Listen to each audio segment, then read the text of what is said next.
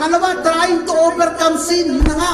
Trying to win over all the struggle. Pinipilit na mapagtagumpayan ang lumang mga habit na kasalanan. Trying to please God. Trying to be acceptable to God.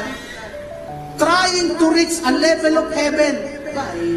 Kahit pa paano naman pinipilit kong makakit na kaunti doon sa unang baitag sa kalangitan. Trying to gain a level of spiritual superiority. At least naman, I'm trying na maging iba sa mga ordinaryong mga believer. I'm trying. Puro trying. Trying na maging worthy. I'm trying my best para naman pagpalain ng Diyos.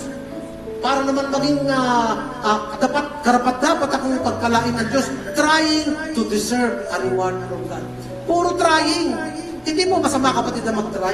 Hindi masama maging trying. Kaya lang, trying is tiring. Trying is, depressing. Trying is disappointing. Trying is futile. Ano ibig sabihin ng futile? It is not possible. Trying is impossible sa atin. Impossible with man.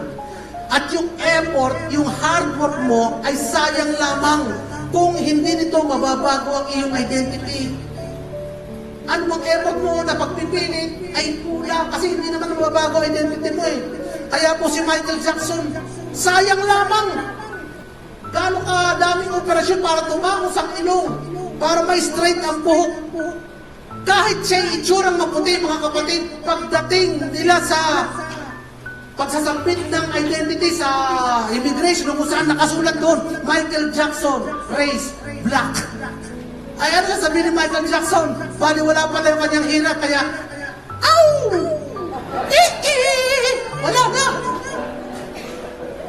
Iba na nga itsura mo, pero the real thing is ikaw ay black pa rin. In the same way, ganun ang religion, mga kapatid. Trying, but at the end, ang old identity mo pa din ang masusunod. At yung makasalanang identity. Ang kailangan muna, mahubad mo yung lumang identity mo at magkaroon ka ng bagong identity.